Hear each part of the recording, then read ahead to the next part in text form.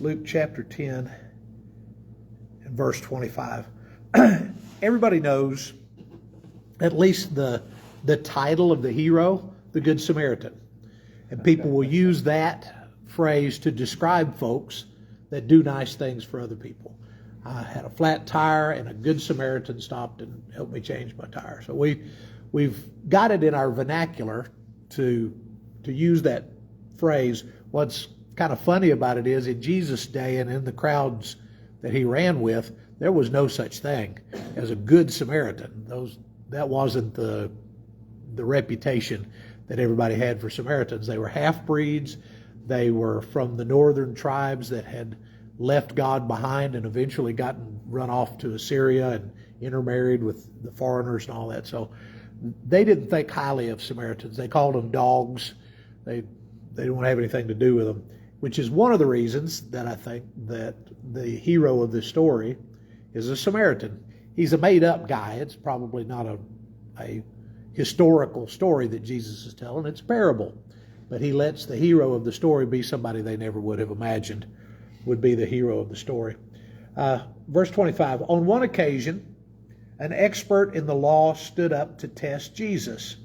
Teacher, he asked, what must I do to inherit eternal life? So Luke tells us right off the bat what the guy's purpose was, why he was asking Jesus questions. It wasn't that he wanted to learn something from Jesus. He wanted to test Jesus. This guy was credentialed. He was respected. He was somebody that other people would ask questions. May or may not have been a rabbi in his own right, but he was somebody that was an expert in the law. So he probably could have, if not memorized the entire Pentateuch, Genesis, Exodus, Leviticus, Numbers, Deuteronomy, he probably could quote big portions of it, thought he understood it better than anybody else did. So when he asked Jesus a question, he's not asking him because he wants to know the answer because he thinks he needs to learn. He wants to know the answer because he thinks he can catch Jesus. Thinks he can find something that either Jesus doesn't know or something that Jesus twists against the Old Testament covenant so he can make a judgment call on Jesus. Jesus says, what is written in the law? How do you read it? So he uses a wonderful technique for teaching just to start with, and that is, I want to find out what you know. I'm not just going to start giving you lessons. Let me find out where you are in your faith walk. What do you think about that particular command? It wasn't uncommon for people kind of in the know to realize that the greatest commandment was the Shema. You will love the Lord your God with all your heart, with all your soul, with all your mind, with all your strength. And then if you go over to Leviticus, there's a passage about love your neighbors as yourself. So he puts the two together. In another place, a young man comes and asks Jesus the same question, and Jesus answers it, gives the exact same answer. So there's just an understanding among Bible students in Jesus' day that was the big deal. That, love God, love your neighbor. What's the problem with those as being the most important commandment? Do you see a problem with them? Your neighbor part? Your neighbor part is definitely the most difficult, but you're never ever going to love God completely. You want to, you grow more toward it, but that idea that you would love the Lord your God with everything, heart, soul, mind, strength, completely, utterly dedicated to God, loving God, that's a stretch. And then, do you love your neighbor as yourself? So nobody's going to get this 100%. This is we're doomed to failure in trying to do the very best thing. It's always going to be something we chase, but we don't necessarily catch. And as a result, this guy can't just self-justify, right? He love the Lord your God, love your neighbor as yourself.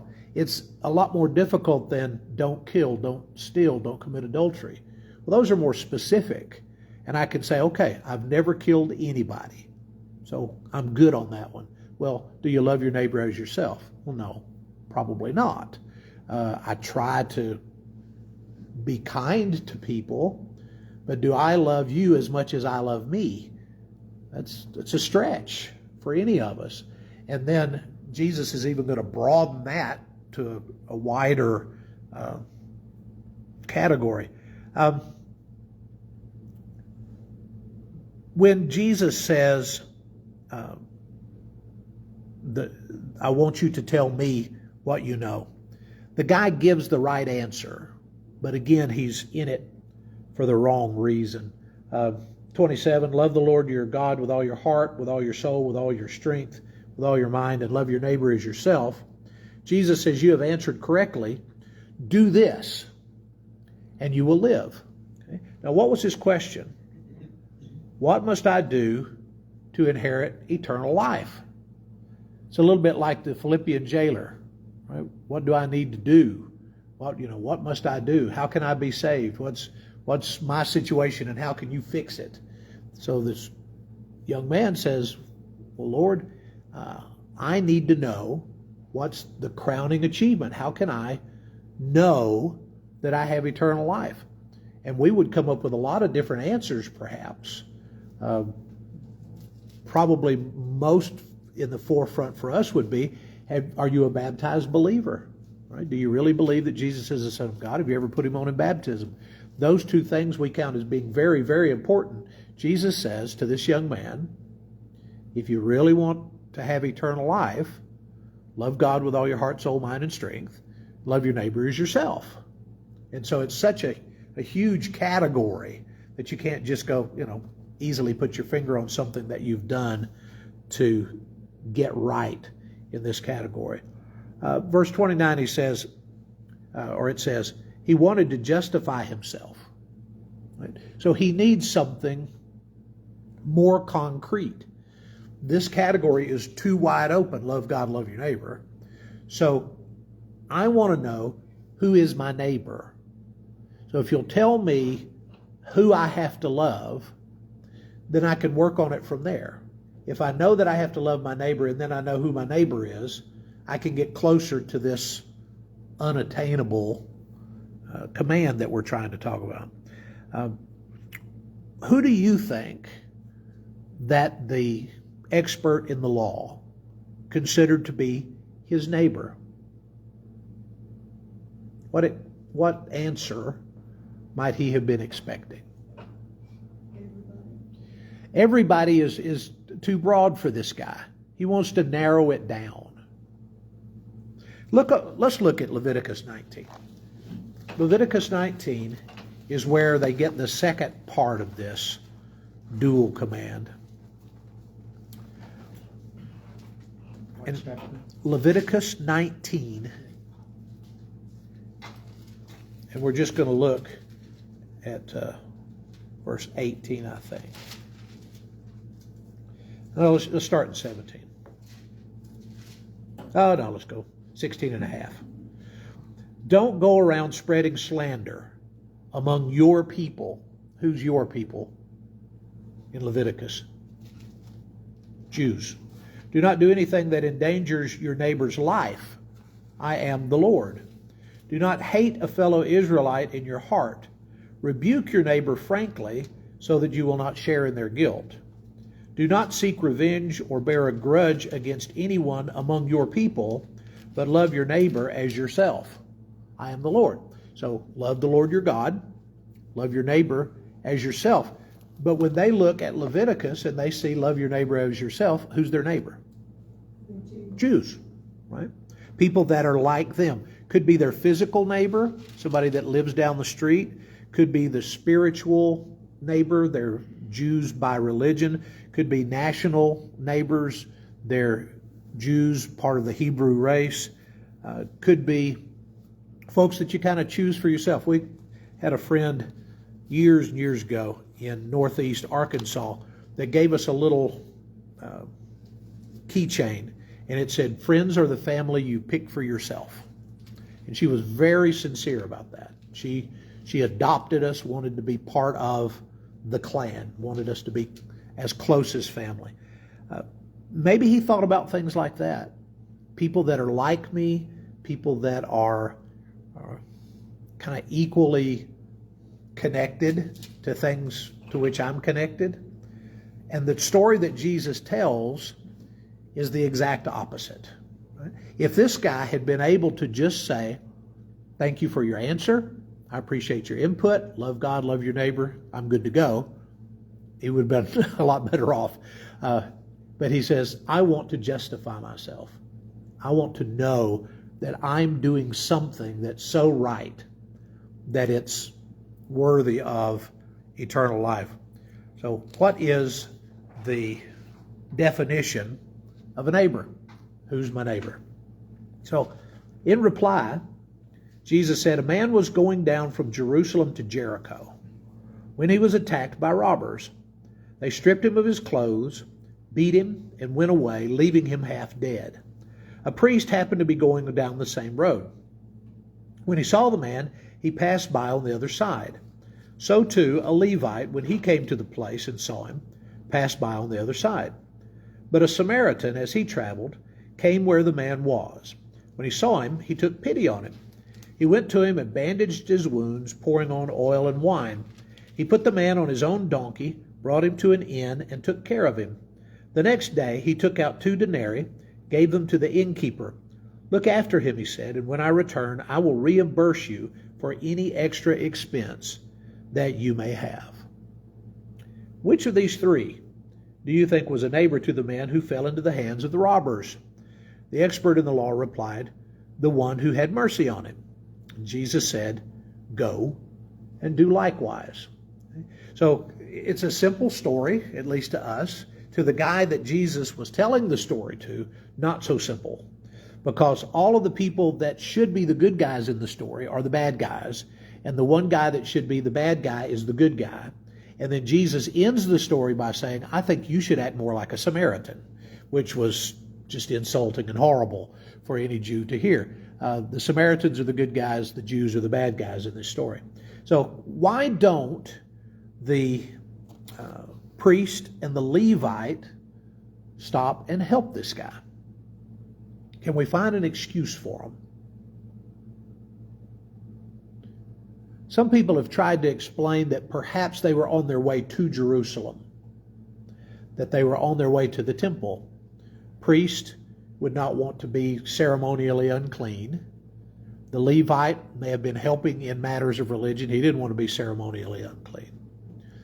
But the phrase that's used here may tip us off in the other direction. A man was going down from Jerusalem to Jericho. Then you go on a little bit farther, and it says, a priest happened to be going down the same road. When you talk about Jerusalem, you're always going up. Jerusalem is up. Everything else is down. Jericho is down in the Jordan River Valley, and it's, I forgot how many, over 1,000 feet in elevation lower than Jerusalem. When they would go up to Jerusalem for the feast, they were literally going uphill, because Jerusalem is a mountain, a hill, and then on top of that is where the temple is. So you were always going up toward the temple. It was a high place. So probably, or at least maybe, these guys had already done their thing and were headed back in the other direction. We do not know if they were trying to be ceremonially clean or not. What do we know about a priest and a Levite as far as the Jewish system was concerned? Leaders. They're leaders. They're important people. Right? So they're not the kind of people that you would expect to lower themselves to do anything to help this guy they don't know. They're the upper crust. They're important. They're well-schooled. And so they're not going to be the ones to stop and do something about this man's unfortunate happenstance. It may be that they just looked at him and thought, well, there's another one that got beat up. It was not that uncommon. People usually traveled in groups when they traveled between Jerusalem and Jericho, because all the way down that road were kind of craggy hillsides, lots of little caves. And the bad guys would hide out in the caves, and then when somebody would get caught out by themselves, or a small group that they thought they could overcome, they would attack them. And so they were basically what we would think of as outlaws living out there in the Badlands, and as people would come by, they would attack them and take their stuff. And that's exactly what happened to this guy. So the priest and the Levite may have been uppity enough to think, well, here's just another person. Something bad happened to them, and it's not my problem. I can't do anything about it. So they just cross by on the other side and keep going. If it's about ceremonial cleanliness, then it makes sense as well, because they would not have been at liberty to touch someone who was dead, and the robbers left him for dead. So if he was dead and they touched him, they can't go to the temple, they can't do their job. So you might give them an aside there, but I don't think that's the case. It seems like they were going away from Jerusalem rather than toward it.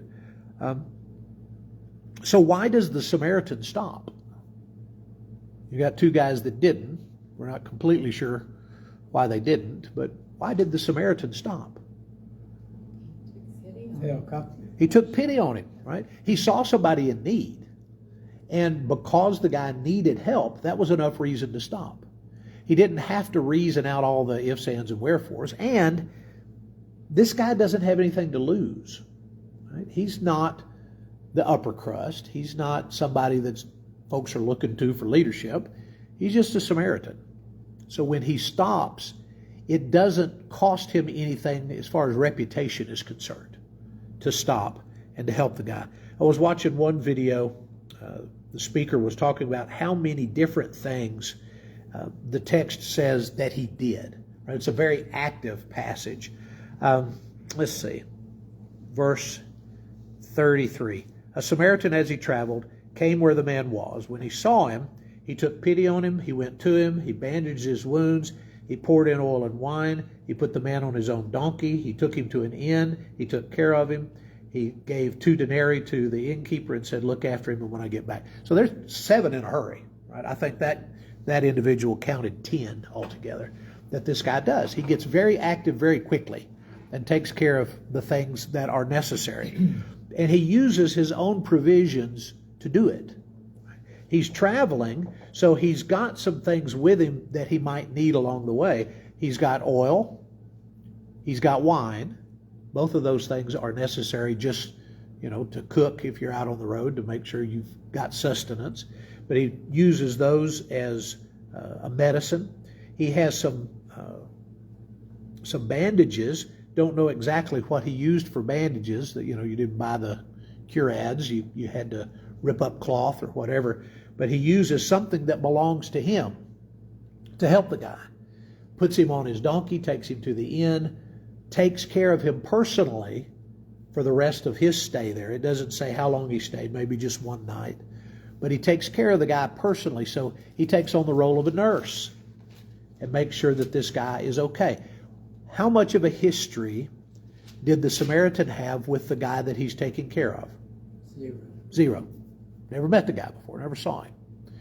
It's a human being who has a need, and so the guy immediately starts doing stuff. He does what's necessary to take care of the guy and take care of the guy's problem. And then he pays with his own money to the innkeeper to make sure that the guy continues to be all right, and then says, I'll be back here not too long, and if I owe you more money, just let me know.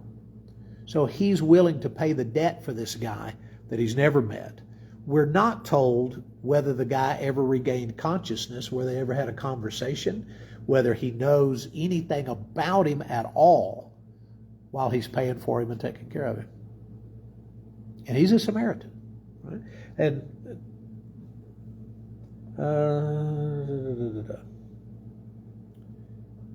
it doesn't say in the NIV, it doesn't repeat the phrase, and he was a Samaritan.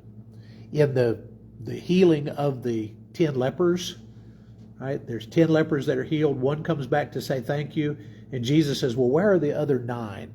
We're not 10 healed, and only one comes back to say thank you, and he is a Samaritan. So we're given that phrase here and there. You wouldn't expect it. It's not what you imagined would be the end of the story. But the guy that did the right thing was a Samaritan. So he asked the guy the question, which one of them was a neighbor to the man in need? Let's see, which of these three do you think was a neighbor to the man who fell into the hands of the robbers? The expert in the law said, the one who had mercy on him. What does he not say? The Samaritan. He doesn't say, oh, well, it was the Samaritan. It wasn't the priest. It wasn't the Levi. It was the Samaritan. He's not saying that. He's not, well, it was that guy, that one that had mercy on him. And Jesus says, well, you go do the same thing. You go be like a Samaritan. You act like that guy acted. That's what we're looking for. Now, again, what's the original question? What do I need to do to have eternal life? And the eventual answer is, if you see someone in need, help them. Do what this guy did. So, saying that it's a good idea to help other people is nice. Doing what the other people need is the essential. That's the thing that Jesus says. Now again, he's interpreting old law to an old lawkeeper.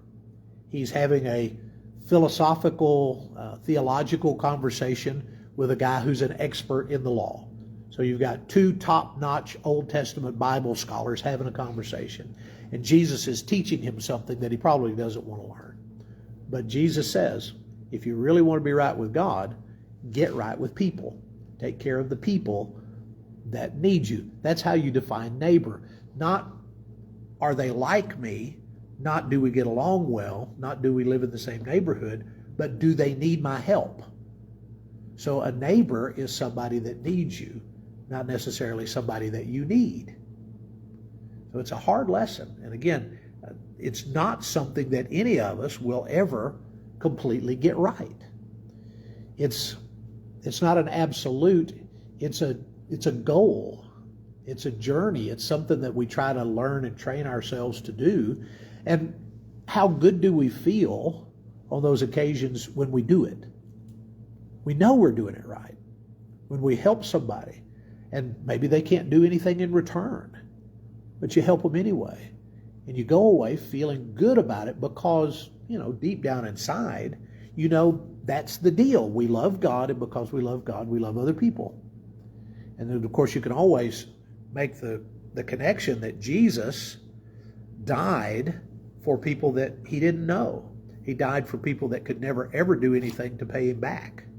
So the Samaritan is more Christ-like in this passage than are the priest and the Levite and the student of the law who thinks he knows so much. So trying to justify himself. Instead, Jesus is just without anybody helping.